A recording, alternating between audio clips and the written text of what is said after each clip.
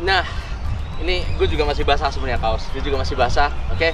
Mungkin belum gua kenalin di sini sekarang karena habis ini kita mau makan-makan dulu ya. Salah satu idola aing dari Persib ya di Jakarta. Kalau sama kita aman ya. Kita belain kalau ada yang ganggu-ganggu. Oke, nanti kita ngobrol lebih komplit setelah ini. Check it out.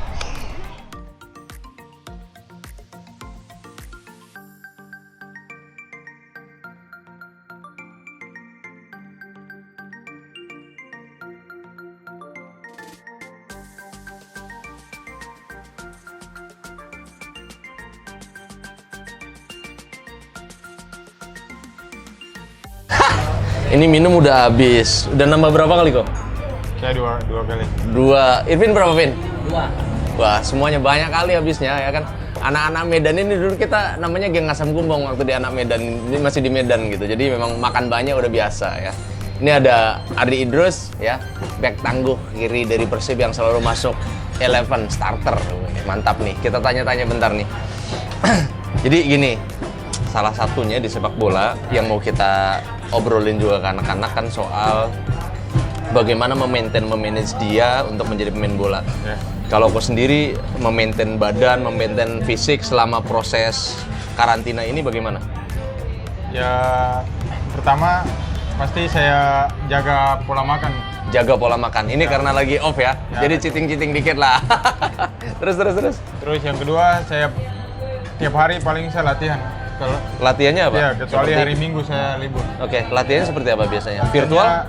Ya, paling nge-gym, terus Oke. hari ini gym, besoknya saya pakai bola gitu. Rutin nge-gym ya? Ya. Oke, Rutin. jadi salah satunya seperti juga yang disebut Jack Brown, George Brown. Kalau di luar negeri nge-gym udah biasa, tapi di Indonesia mungkin masih seperti hal baru. Jadi kalau memang tidak datang dari kesadaran itu akan susah ya. Ya, benar. Oke, apa sih kesulitannya bermain di back kiri?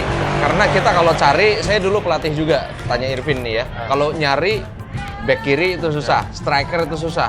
Yang ngumpul itu pemain tengah. Itu kita mungkin cari 2 orang yang datang bisa 200. Tapi kalau cari back kiri, cari wing kiri, cari striker, susah banget.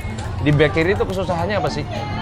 Kesulitan bermainnya apa biasanya yang menjadi kendala terbesar? Ya, kalau saya pribadi mungkin saya masih belajar tentang crossing bola. Kalau Oke. masalah fisik, Iya, saya iya. siap karena saya kuat main di posisi itu karena Kelebihan dia. kelebihan saya Hmm. fisik, saya bagus. Mungkin Oke. yang saya dilatih adalah crossing karena saya asli kaki saya kan kanan. Oke. Terus saya dipindahin Nah main itu kiri. yang juga penting. Jadi mindsetnya jangan sampai bilang kalau back kiri itu harus menggunakan kaki kiri. Kalau kaki kanan lu bagus, kenapa enggak gitu ya? Bisa posisi itu sebenarnya cuma di atas kertas lah, ya bisa dimainkan dimanapun. Oke, pemain dari mana atau siapa yang menurut lu paling susah untuk dihadapi di Liga Indonesia ini? Ya kemarin mungkin sudah banyak wartawan yang sudah wawancara saya Iya. tentang itu. Ya saya pilih Rico sama Kiro Alves. Rico Simanjuntak dari Persija sama Kiro Persikabo. Persikabo. Ya. Kenapa menurut lu? Karena Rico saya kadang nggak tahu kapan dia crossing, kapan dia dribbling. Karena pura-pura dia diam tiba-tiba lari. Oh, Pura-pura jadi- dia, ya gitu yang saya. Kalau pemain saya yang lain seperti semuanya bagus, seperti Irfan Jaya, ada Ferry Pahabol, ada Mhm. Osvaldo Hai. Tapi mereka lebih gampang ditebak Iya, ya. Saya lebih agak Oke. sedikit gampang karena mereka andalin terus lari. Karena kalau masalah lari saya juga bisa kalau lari. Ya. Jadi mungkin kata kuncinya adalah ketika pemain itu banyak berakselerasi, banyak merubah gaya itu akan susah ya. Ya. Karena saya juga tahu ada pemain di Liga Indonesia yang sebenarnya gayanya itu aja. Mungkin kalau saya seumuran mereka saya bisa jaga marking dia dengan bener Ya. tuh ya. Karena skillnya gitu-gitu aja. Ya. Oke. Terus kalau misalnya nih ya, karena saya juga kebetulan mengajeni beberapa teman-teman yang juga berkenan untuk bermain di luar negeri. Kalau ada tawaran dari luar negeri mau kok. Ya tentunya saya terima karena Oke. main di luar negeri. Siapa nggak Iya. mau main di luar negeri? Tapi tidak selalu gajinya besar di luar negeri. Tapi yang pasti tingkat latihannya, alat-alatnya, fasilitasnya bagus semua. Itu menjadi masalah kah buat kau? Karena seperti saya ambil contoh salah satu pemain timnas, tadi saya sempat sebut namanya tapi di sini saya nggak bisa sebut. Itu tawaran gajinya kalau dirupiahkan mungkin cuma 50 juta. 50 jutanya di Eropa, di Norway dalam hal ini, itu tidak akan sebanyak 50 juta di Indonesia. Misalnya tawarannya seperti itu, dari kau gimana?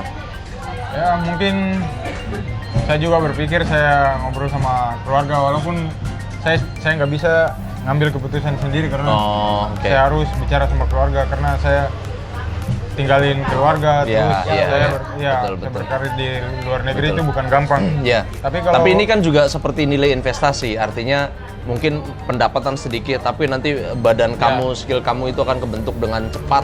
Dan begitu kita kembali ke Indonesia atau ke liga yang lain, misalnya tidak harus ke Indonesia, misalnya kita pindah ke Liga Thailand, Liga Malaysia, Liga Singapura, Benar.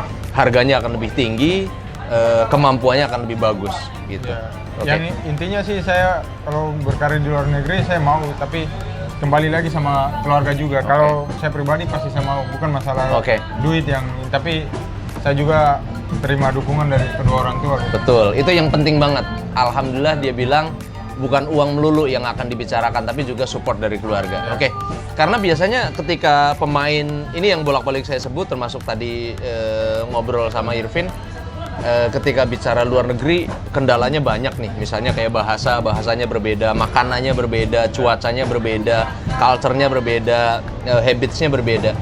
Itu misalnya katakanlah setahun ke depan, kau punya cita-cita main di luar negeri, persiapan dari sekarang apa?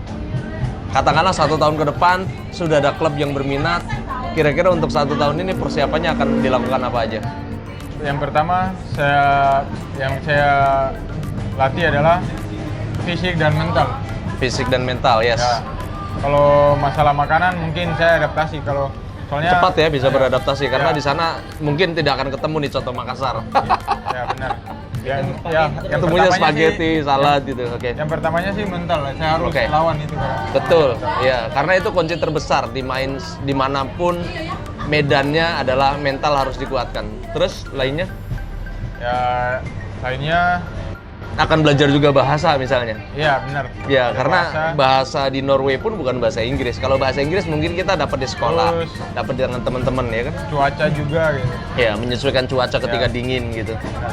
Oke, culture gitu, budaya. Kalau di sini kan mungkin kita ketemu orang tua biasa cium tangan, di sana beda. Itu salah satu culture yang kadang-kadang bikin shock adalah justru karena kita laki-laki normal ketika lihat cewek-cewek sana setengah berbikini, setengah lebih seksi, itu bisa menghadapi itu. Itu Ya. godaan iman itu. Ya benar. Tapi ya tujuan saya ke sana main bola ya pasti saya fokus ke sepak Oke, bola. oke, ya. Nah, kebetulan kalau di Norway ini kan juga menjadi pusat. Jadi ini masih di Eropa, mungkin tidak sebesar Spanyol, tidak sebesar Inggris atau Italia. Tapi akan ada talent-talent scouter, pemandu bakat dari negara-negara besar ini untuk melihat mereka ini. Jadi sebenarnya bisa jadi batu loncatan untuk mereka yang pingin berkarir di misalnya Liga Inggris ya. Memang terlalu jauh kita bicaranya, tapi bukan tidak mungkin. Segala sesuatu akan ada jalannya, akan ada solusinya gitu. Nah, balik lagi kita bicara Liga Indonesia. Kalau ketemu pelatih asing dan pelatih lokal, itu pembedanya gimana sih menurut Adi?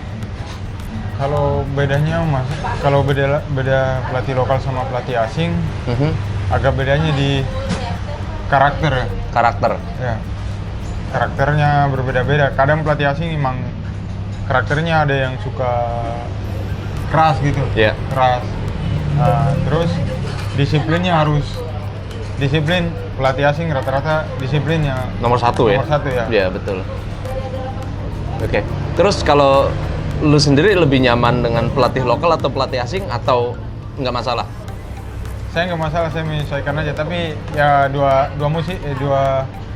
tiga musim di Persib ini, jalan 3 musim, saya dapat pelatih asing semua. Oke. Terakhir nih, ini tanggapan dari seorang pemain Persib ya.